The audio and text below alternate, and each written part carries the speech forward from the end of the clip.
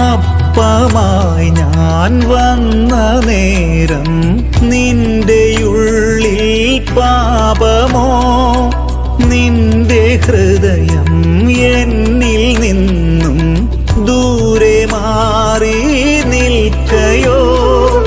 നിനക്കായി ഞാൻ നോവോടെ